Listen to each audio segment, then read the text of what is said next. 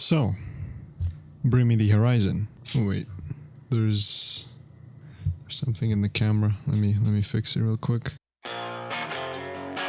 Ah, much better. Bring Me the Horizon. First things first, I am not a fan of Bring Me the Horizon. I never was one. However, it doesn't mean I dislike this band in any way, shape, or form. I actually do think they are one of the most influential bands in heavier genres. Just take this in. After Sempiternal's success, almost any band that tried to add a bit more melody and a bit less screaming and distortion in their songs was called a Bring Me the Horizon copycat. I respect them as musicians, as they always try to create something new and sort of different for themselves with every single album. So I listened to Ammo, or Ammo, however to quickly summarize it before going into too much detail, I found this album boring. I do think it is very well written and produced, but overall picture, at least for me, is extremely repetitive and boring. It is truly an experimental and unique look at their music. It is hard to really label this record any particular genre, as there are many to consider, so I would just call it rock for now.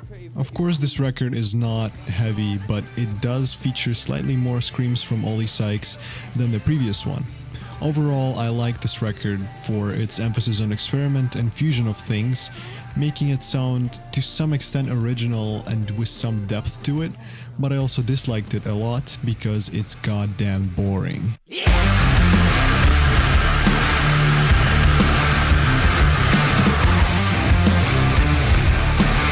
Let's start with Tasty Bits.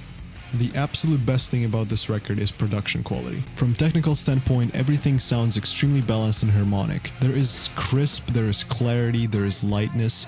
I admire this production job, as it should be an example for everyone how a record should sound. Vocals did sound good too. Of course, there is a lot of tune, but it doesn't really spoil the experience and for some reason even enhances it, until you hear him live probably. There is definite sound changes throughout the album.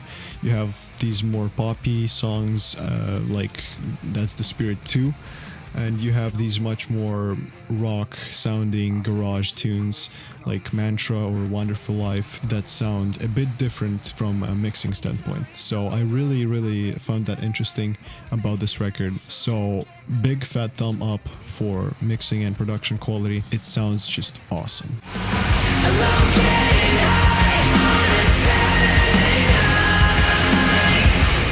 So I don't know how to describe the theme of the record. A lot of stuff about Sykes' previous relationship, a lot of stuff about Sykes' current relationship. Nothing too fancy, a bit typical, but I guess that's fine. Some existential crisis themes, which was surprising but awesome. Relationship of the band with fans and reflection on their own music.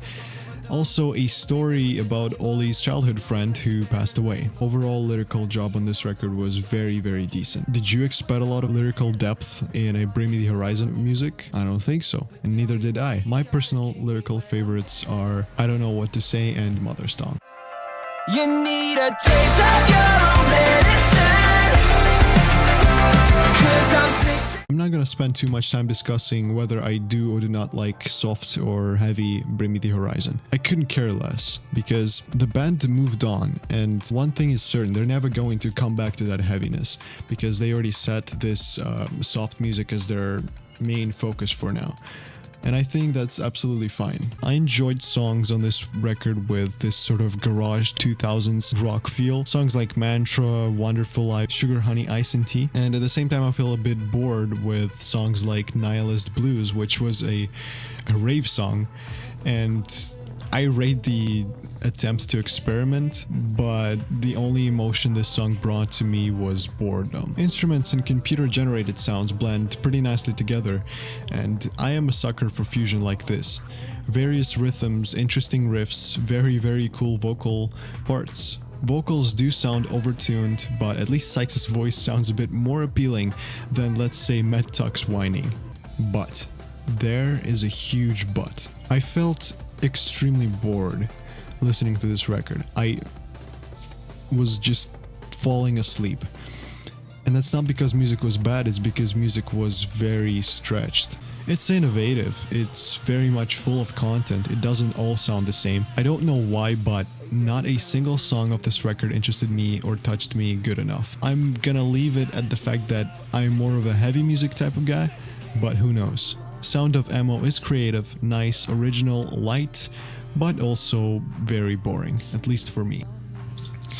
Also, a couple of words about Oliver Sykes' vocals and Jordan Fish's vocals. It's a great thing that we hear a lot more Jordan now, and Sykes has slightly improved from what I'm seeing, from what I'm hearing, but that improvement isn't really something impressive. More important thing about his voice we're gonna see on the stage during the live shows, so I'm not going to comment on that just yet. Finalizing my thoughts, advertising campaign for this record was kind of misleading. It led me to believe that the record was going to be this sort of conceptual thing with songs like Mantra and Wonderful Life that had this nice rock 2000s era mood. And if that was the case, I would have been all over this album. But that's not the case. It is boring. I like it, but it was sometimes a torture to sit through.